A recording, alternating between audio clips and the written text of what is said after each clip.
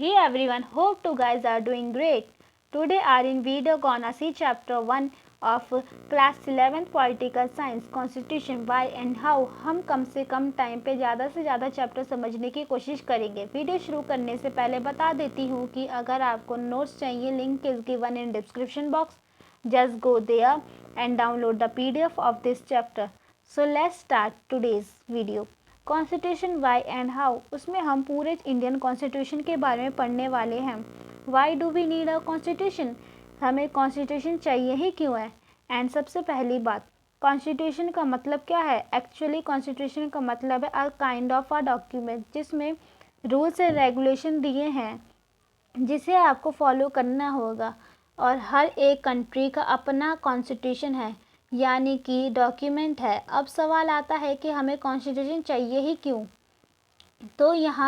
तो कुछ यहाँ पर पॉइंट्स लिखे हुए हैं। First is provide set of rules. Constitution हमें रूल्स देते हैं कि यह नियम कानून है। अगर आपको सोसाइटी में रहना है, you have to follow all of this. Second है टू सेट लिमिट्स। हम हर एक वो चीज़ नहीं कर सकते जो हमें करना चाहते हैं, हमें अपने आप को लिमिट में करना होता है। एंड कॉन्स्टिट्यूशन हमें बताता है कि हमारी लिमिट्स कहाँ तक है। Third, to express fundamental identity. किसी भी नागरिक को एक लीगल आइडेंटिटी कोई देता है तो वो है उस देश का संविधान। We have legal identity, we have fundamental identity, जो कि हमें कॉन्स्टिट्यूशन देता है। कि फोर्थ है we have create condition for just society. Constitution ensure करता है कि सोसाइटी में अन्याय ना हो, जस्ट बना रहे, कि सोसाइटी में बैलेंस रहे।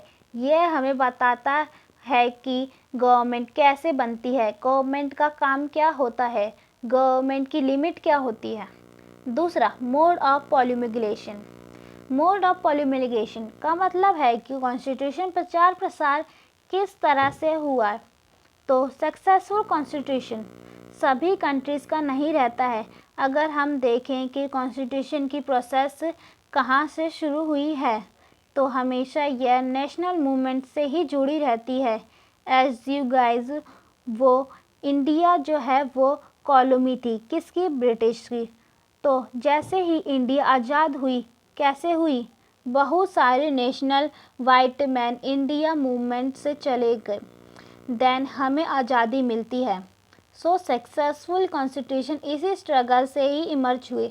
बाकी के इंटरनल एग्जाम्पल लेते हैं जिससे कि आपको बोर्ड में मैंने बांध का एग्जाम्पल दिया है। नेपाल में अब तक लगभग 5 to 6 कॉन्स्टिट्यूशन आ चुके हैं।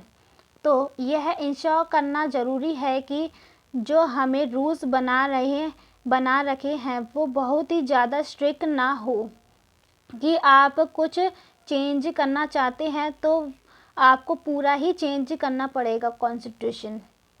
फीचर ऑफ कॉन्स्टिट्यूशन, यही इंडियन कॉन्स्टिट्यूशन की पहचान है। इंडियन कॉन्स्टिट्यूशन का फीचर क्या है वो हम देखते हैं। इफ़ बैलेंस इंस्टीट्यूशन, हमारा यहाँ किसी एक इंस्टीट्यूशन को ज़्यादा पावर नहीं दी गई है। एग्जीक्यूटिव, जुडिशरी एंड लेजिस्लेटिव के बारे में अभी हम पढ़ेंगे। इन तीनों ही कॉन्स्टिट्यूशन को कुछ इस तरह से डिज़ाइन किया गया है कि कोई ये ना समझे कि सारी पावर हमारी है। दूसरा, neither too rigid and not too flexible. अगर कोई व्यक्ति आपसे कुछ नहीं कहता तो दुनिया उससे काफ़ी कुछ परेशान करती है, काफ़ी कुछ कहती है और काफ़ी कुछ परेशान करती है। और अगर बहुत ज़्यादा स्ट्रिक्ट हो, छोटी छोटी बात में चिढ़ जाए तो भी लोग पसंद नहीं करते। You know what I am trying to say. इस कॉन्स्टिट्यूशन में रूल्स बहुत ज़्यादा रिजिड नहीं हैं। ऐसा नहीं है कि चेंज नहीं किया जा सकता, चेंज किया जा सकता है, पर इतना भी आसान नहीं है चेंज करना। लिविंग कॉन्स्टिट्यूशन, इंडियन कॉन्स्टिट्यूशन को लिविंग डॉक्यूमेंट कहा जाता है। इसमें चेंज किया जाता है जो किया जा सकता है, और यह टाइम का हिसाब से भी चेंज भी होता रहता है। लास्ट कॉन्स्टिट्यूशन को तैयार करने में तकरीबन 2 years 11 months एंड 8 days लग गए थे, तब जाके इंडियन कॉन्स्टिट्यूशन तैयार हुआ था। It is one of the longest written constitution in the world. How were constitution made, constitution किस तरह से बनाया गया था। और देखिए कॉन्स्टिट्यूशन के लिए एक पूरी की पूरी टीम बनाई जाती है, कॉन्स्टिट्यूशन असेंबली बनाई जाती है। जो फर्स्ट सिटिंग हुई वो कब हुई थी, 5 दिसंबर 1946। इनडायरेक्ट इलेक्शन हुए थे under government act, Indian government act of 1935। Cabinet mission आए थे 1946 में, यानी कि ब्रिटिश पार्लियामेंट ने यहाँ पर एक टीम भेजी कैबिनेट मिशन नाम से, जिसे जानते भी हैं। उनसे बताया कि हमें आपको आज़ादी देने के लिए तैयार हैं, कॉन्स्टिट्यूएंट असेंबली आपको बनानी है। You can okay may gate, but जिस तरह से हम बता रहे हैं उसी तरह से आपको यह करना होगा। To composition of constituent assembly, let's talk about constituent assembly. At least 300 member थे, but the thing is partition हो गए थे इंडिया के पार्टीशन हो गए थे। जो कॉन्स्टिट्यूएंट असेंबली है पाकिस्तान के जितने भी मेंबर्स थे वो सारे अलग अलग हो गए थे, तो लास्ट में 299 मेंबर्स ही बचते थे। कॉन्स्टिट्यूशन इंडिया का अडॉप्ट किया गया था 26 नवंबर 1949 में। रिमेंबर द वर्ल्ड अडॉप्ट ठीक है, एंड अडॉप्ट कब किया गया था, 26 नवंबर 1949 में, एंड इसको फोर्स में लागू किया गया था इन 26 जनवरी 1950। 82% मेंबर थे जो थे कॉन्स्टिट्यूएंट असेंबली, वो कांग्रेस के थे। 8 मेजर कमेटी बनाई गई थी डिफरेंट टॉपिक्स पे डिस्कशन करने के लिए। ऑब्जेक्टिव रेजोल्यूशन पंडित जवाहरलाल नेहरू के आए गए थे, जिसमें उन्होंने बताया जो हमें नए देश में बनाने वाले हैं कॉन्स्टिट्यूशन रूल्स एंड रेगुलेशन किन प्रिंसिपल से इंस्पायर होंगे। Next we have provision adopted for different constitution which is very important thing.